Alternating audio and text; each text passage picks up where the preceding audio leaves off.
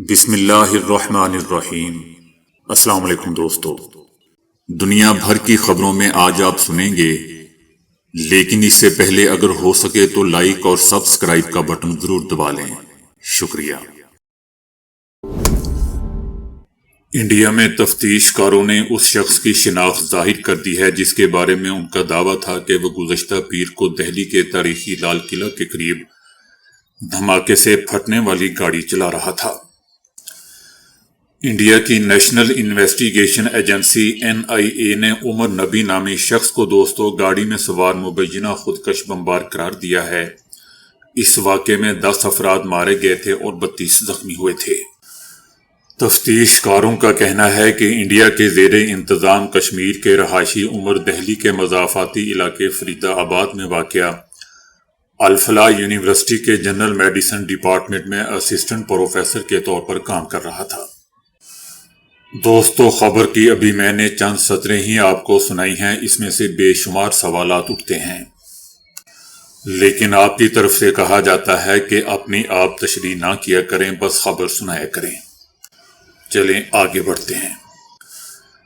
عمر کی شناخت اس وقت ظاہر کی گئی جب اس نے ایک اور شخص کی گرفتاری ظاہر کی جس کا تعلق انڈیا کے زیر انتظام کشمیر سے بتایا جاتا ہے۔ تفتیش کاروں کا کہنا ہے کہ اس واقعے میں استعمال ہونے والی گاڑی مبینہ طور پر ان کے نام پر رجسٹر تھی۔ اس پر دوستو صرف میں اتنا ہی کہوں گا کہ کیا بچگانہ یہ تفتیش ہے۔ انڈین پولیس نے دعویٰ کیا ہے کہ حالیہ ہفتوں میں اس نے ملک کے مختلف حصوں میں 7 افراد کو گرفتار کیا ہے اور فرید آباد سے 2900 کلو گرام دھماکہ خیز مواد ضبط کیا ہے، جو کہ دہلی کا وہی مضافاتی علاقہ ہے جہاں عمر رہتا ہے اور کام کرتا ہے۔ اگرچہ پولیس اور ایجنسیوں نے عمر کا نام سرکاری طور پر تو ظاہر نہیں کیا تھا، لیکن عمر کا نام دھماکے کے چند گھنٹوں بعد ہی انڈیا میں سرخیوں میں آ گیا تھا۔ اسی رات عمر کے والدین کے گھر پر سیکیورٹی فورسز نے تلاشی لی اور ان کے 4 اہل خانہ کو حراست میں بھی لے لیا گیا تھا۔ ان میں سے ان کے 2 بھائی، بہن اور بہنوئی شامل تھے جنہیں ابھی رہا نہیں کیا گیا۔ جمعرات کی رات کو انڈیا کے زیر انتظام کشمیر کے ضلع پلوامہ کے ایک گاؤں میں اس خاندان کا گھر سیکیورٹی فورسز نے مسمار کر دیا تھا۔ انڈیا کے زیر انتظام کشمیر دوستوں نہیں کہنا چاہیے بلکہ مقبوضہ وادی یا مقبوضہ کشمیر کہنا چاہیے۔ دوستو اندازہ کریں کہ پولیس کا کہنا تھا کہ مہلک واقعات اور عمر کے خلاف الزامات کے بارے میں انہیں سوشل میڈیا سے معلوم ہوا تھا۔ واقعے کی رات اور اس کے بعد کے دنوں میں دوستو جو کچھ ہوا اس نے عمر کے خاندان کی زندگی ایسے بدلی جو دوبارہ کبھی پہلے جیسی نہیں ہو سکتی۔ خاندان کے پاس صرف ایک ہی گاڑی تھی جو ان کے گھر کے باہر کھڑی تھی۔ کسی کو بھی اس گاڑی کے بارے میں علم نہیں تھا کہ جس کے بارے میں پولیس کہہ رہی ہے کہ وہ بم دھماکے میں استعمال ہوئی۔ تفتیش کاروں کی کئی ٹیمیں ان کے گھر گئیں، عمر کے بارے میں سوالات کیے جن میں یہ بھی شامل تھا کہ وہ آخری بار کب گھر آئے تھے اور خاندان نے کب ان سے بات کی تھی۔ میڈیا والوں کا کہنا ہے کہ ان کے والد اتنے پریشان تھے کہ مزید سوالات کے جواب نہیں دے سکے۔ خاندان والوں کا کہنا ہے کہ عمر کے ایک بھائی کو دھماکے کے چند منٹوں کے بعد ہی سیکیورٹی فورسز نے بلایا اور ان سے پوچھ گچھ کی گئی۔ انہیں تقریباً 3 گھنٹے بعد جانے کی اجازت دے دی گئی، لیکن جیسے ہی وہ گھر پہنچے سیکیورٹی فورسز آئیں اور انہیں گرفتار کر لیا۔ دوستو پولیس والوں سے اب تفتیش تو نہیں ہوگی، اب ایسے ہی لوگوں کو پکڑ دھکڑ کر اپنی خانہ پوری کریں گے، لوگوں کو، میڈیا کو، عوام کو چپ کروانے کے لیے۔ بہرحال کچھ دیر بعد دوسری ٹیم نے ان کے دوسرے بھائی کو پکڑا اور ان کے لیپ ٹاپ اور فون ضبط کر لیے۔ صبح سویرے تیسری ٹیم پہنچی اور گھر کی مکمل تلاشی لی۔ 3 گھنٹے کے بعد جب وہ روانہ ہوئے تو عمر کی والدہ کو ان کے ساتھ جانے کو کہا گیا۔ چند گھنٹے بعد ان کے والد کو بھی پولیس نے طلب کر لیا۔ پولیس اور اس کی خصوصی تفتیشی ایجنسی SIA نے گرفتاریوں اور مکان کے انہدام پر تبصرہ کرنے سے انکار کر دیا ہے، جبکہ عمر کے خاندان اور پڑوسی اب بھی سمجھنے کی کوشش کر رہے ہیں کہ آخر ہوا کیا ہے۔ رشتہ داروں کا کہنا ہے کہ سب لوگ اس واقعے کی خبر سن کر صدمے تھے۔ بہت سے لوگوں نے کہا کہ دھماکے کی خبر اور اس کا اپنے گاؤں سے مبینہ تعلق سن کر وہ حیران رہ گئے تھے۔ لوگوں کا کہنا تھا کہ جمعرات کی رات کو سیکیورٹی فورسز واپس آئیں اور تمام خاندان کو گھر سے باہر نکلنے کو کہا۔ ایک رشتہ دار نے کہا کہ کچھ دیر کے بعد ہم نے ایک زوردار دھماکے کی آواز سنی اور گھر زمین بوس کر دیا گیا۔ سردیوں سے پہلے دوستو، عمر کے والدین، بھابھی اور چھوٹے بچے اب بھی بے گھر ہو چکے ہیں اور رشتہ دار کے گھر میں پناہ لے رہے ہیں۔ رائے پور کے اودیا پاڑا کی تنگ گلیوں میں ایک پرانا بوسیدہ مکان ہے دوستو۔ تقریباً 84 سال کا ایک شخص اس گھر میں رہتا ہے۔ اس گھر کی خستہ حال دیواروں پر نام کی تختیاں چسپاں نہیں ہیں، فتح کا کوئی نشان نہیں ہے، لیکن اگر یہ دیواریں بول سکتی تو یہ کہانی سناتی کہ کس طرح ایک شخص نے 39 سال انصاف کے دروازے پر دستخط دی اور آخرکار جب وہ دروازہ کھلا تو وہ زندگی کی اکثر کھڑکیاں بند ہو چکی تھیں۔ کلرک کے طور پر کام کرنے والے اس شخص پر 7 کو 1986 میں 100 روپے رشوت لینے کے الزام میں دوستوں گرفتار کیا گیا تھا۔ اب تقریباً 39 سال بعد عدالت نے انہیں باعزت بری کر دیا ہے۔ یہ میں دوستوں مدھیہ پردیش کے اسٹیٹ روڈ ٹرانسپورٹ کارپوریشن میں کلرک کے طور پر کام کرنے والے ایک شخص کی بات بتا رہا ہوں۔ نظام کی بے حسی، انصاف میں تاخیر اور انسان کی ٹوٹی ہوئی امیدوں کی علامت بننے والے پرساد اودیا کہتے ہیں کہ یہ فیصلہ اب بے معنی ہے۔ میری نوکری ختم ہو گئی، معاشرے نے مجھ سے منہ موڑ لیا، میں اپنے بچوں کو تعلیم نہیں دے سکا، میں ان کی شادی نہیں کر سکا۔ رشتہ داروں نے مجھ سے قطع تعلق کر لی، مناسب علاج نہ کروانے کی وجہ سے میری بیوی کی موت واقع ہو گئی۔ اب کیا کوئی مجھے یہ سب واپس دلا سکتا ہے؟ وہ کرب سے یہ بات بتاتے ہیں کہ اب ہائی کورٹ نے مجھے بے قصور تو قرار دے دیا ہے، مگر عدالت کی طرف سے اس سرٹیفکیٹ کا وزن اس بھاری بوجھ کے مقابلے میں بہت ہی کم ہے جو میں نے اپنے پورے خاندان کے ساتھ 39 سالوں تک اٹھایا ہے۔ وہ دھیمی آواز میں کہتے ہیں کہ میں نے کچھ نہیں کیا تھا، لیکن مجھے سب کچھ کھونا پڑا۔ اب میں کسی سے کہوں کہ میں نے کچھ نہیں کیا، اب کوئی سننے والا نہیں بچا۔ میں نے ساری زندگی یہ ثابت کرنے میں لگا دی کہ میں بے قصور ہوں۔ اب جب یہ ثابت ہو گیا ہے تو کچھ بھی نہیں بچا، میری عمر بھی نہیں بچی۔ عدالتی دستاویزات سے پتہ چلتا ہے کہ اسٹیٹ روڈ ٹرانسپورٹ کارپوریشن میں بل اسسٹنٹ کے طور پر کام کرنے والے اس شخص کو بدعنوانی کے ادارے کی ایک ٹیم نے قریبی چوراہے پر مبینہ طور پر 100 روپے رشوت لیتے ہوئے گرفتار کیا تھا۔ اس شخص کا کہنا ہے کہ حالانکہ اس آدمی نے مجھے 20 روپے رشوت دینے کی کوشش کی تھی، میں نے اس پر ناراضگی ظاہر کی اور اسے دوبارہ دفتر نہ آنے کو کہا تھا۔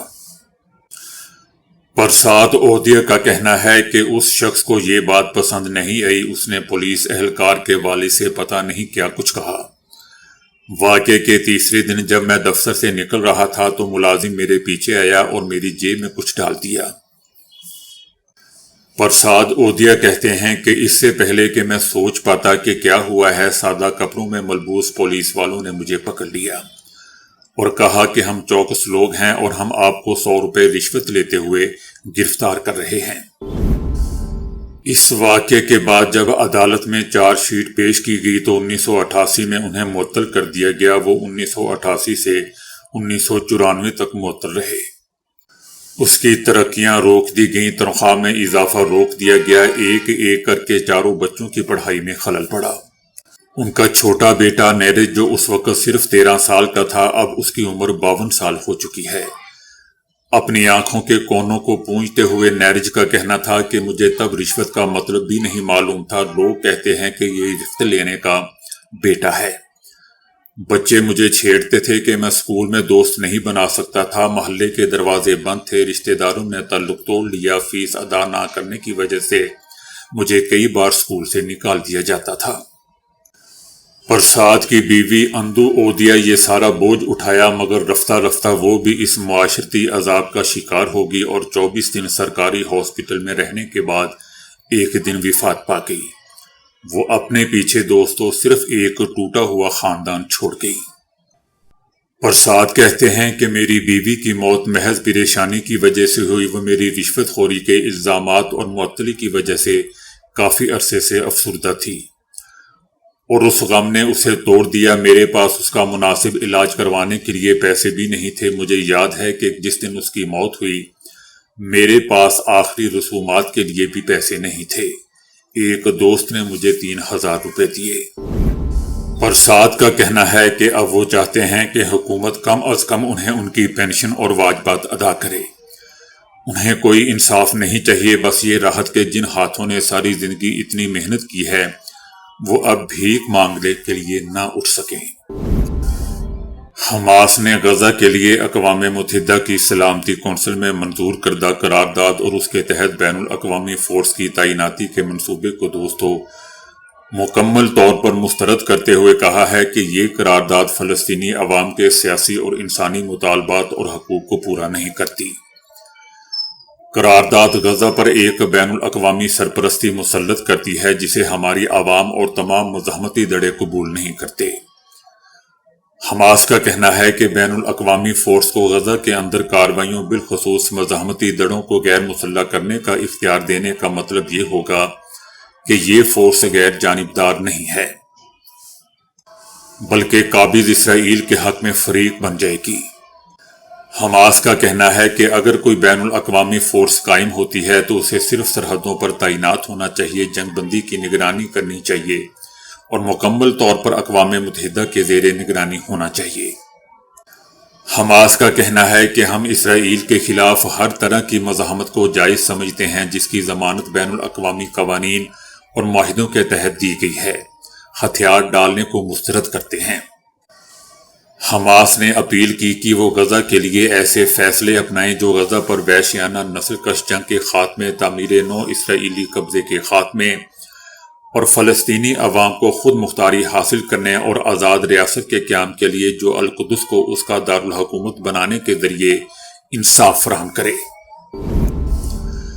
آسٹریلوی حکومت کی جانب سے سنگین جرائم کے احتساب کے لیے افغان طالبان حکومت کے خلاف نئی پابندیوں کی تجاویز سامنے آئی ہیں۔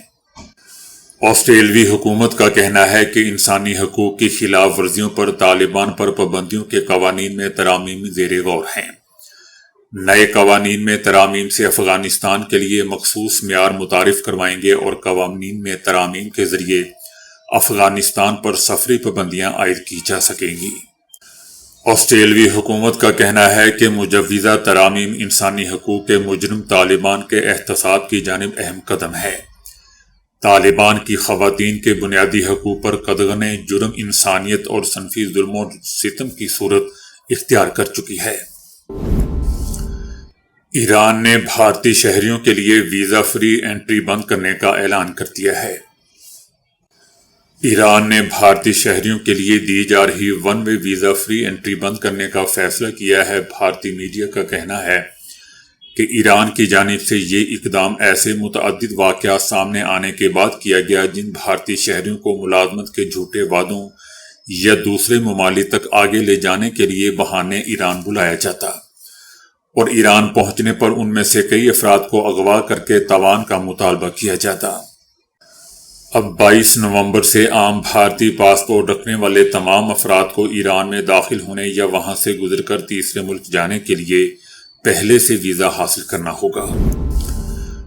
حسینہ واجد کے خلاف عدالتی فیصلہ آنے کے بعد ڈھاکہ میں پریس کانفرنس کرتے ہوئے جماعت اسلامی بنگلہ دیش کے سیکرٹری جنرل کا کہنا تھا کہ عدالتی کارروائی شفاف، غیر جانبدار اور بین الاقوامی معیار کے مطابق ہوئی ہے۔ جماعت اسلامی کا کہنا تھا کہ اس فیصلے سے ثابت ہوا کہ کوئی بھی شخص چاہے کتنا ہی طاقتور کیوں نہ ہو قانون سے بالاتر نہیں۔ اگرچہ متاثرہ خاندانوں کے نقصان کی تلافی ممکن نہیں ہے لیکن عدالت کے فیصلے سے ان کے دلوں کو تسکین ضرور ہوئی ہے۔ بنگلہ دیش کی جماعت اسلامی کا کہنا ہے کہ قانون کی حکمرانی اور عدالتی کے تاریخی فیصلے پہ پہلی مرتبہ کسی سابق وزیر اعظم کو سب سے بڑی سزا سنائی گئی۔ یہ بنگلہ دیش کی تاریخ میں پہلی بار ہوا ہے اور ہمیشہ یاد رکھا جائے گا۔ جماعت اسلامی کا کہنا تھا کہ فیصلہ سناتے ہوئے جج صاحبان نے طویل وقت تک جو تفصیلات پڑھ کر سنائیں اس سے واضح ہو گیا کہ مجرموں نے کتنے سفاک، گھٹیا اور انتقامی جرائم کیے ہیں۔ جماعت اسلامی کا کہنا تھا کہ ہم سمجھتے ہیں کہ اس فیصلے پر کسی کے اعتراض کی گنجائش نہیں ہے، کیونکہ عدالت نے مکمل شفافیت، غیر جانبداری اور بین الاقوامی معیار کے مطابق کارروائی کی ہے۔ اس سے پہلے انسانیت کے خلاف جرائم کے نام پر جماعت اسلامی کے رہنماؤں کے خلاف جو مقدمات چلائے گئے تھے وہ نہ صرف بنگلہ دیش میں بلکہ پوری دنیا میں سوالات کی زد میں تھے۔ دوستو، یاد رہے کہ فیصلے میں عدالت کا یہ بھی کہنا تھا کہ عوامی لیگ سیاسی سرگرمیاں اب جاری نہیں رکھ سکتی۔ بنگلہ دیش حکومت نے عدالت کی جانب سے شیخ حسینہ واجد کو سزائے موت کے حکم کے بعد بھارت سے فوری طور پر حسینہ واجد کو بنگلہ دیش کے حوالے کرنے کا مطالبہ کیا ہے۔ بنگلہ دیش کی وزارت خارجہ نے ایک بیان جاری کیا ہے جس میں بھارت سے مطالبہ کیا گیا ہے کہ وہ شیخ حسینہ واجد اور سابق وزیر داخلہ اسدالزماں کو ان کے خلاف سنائے گئے فیصلے کے بعد فوری طور پر حوالے کرے۔ بنگلہ دیشی حکومت کا دوستو کہنا ہے کہ بھارت دو طرفہ معاہدے کے تحت شیخ حسینہ واجد اور سابق وزیر داخلہ کو حوالے کرنے کا پابند ہے۔ بنگلہ دیشی حکومت کا دوستو یہ بھی کہنا ہے کہ اگر کوئی اور ملک ان افراد کو جن پر انسانیت کے خلاف جرائم کا الزام ثابت ہو چکا ہو پناہ دیتا ہے تو یہ ایک انتہائی غیر دوستانہ اقدام اور انصاف کی توہین ہوگی۔ یاد رہے دوستو کہ شیخ حسینہ واجد پرتشدد مظاہروں کے بعد اگست 2024 میں بھارت فرار ہو گئی تھیں اور ابھی تک وہیں بیٹھی ہوئی ہیں۔ تو دوستو ابھی کے لیے اتنا ہی۔ ویڈیو کو لائک اور شیئر کرنے کا بہت بہت شکریہ۔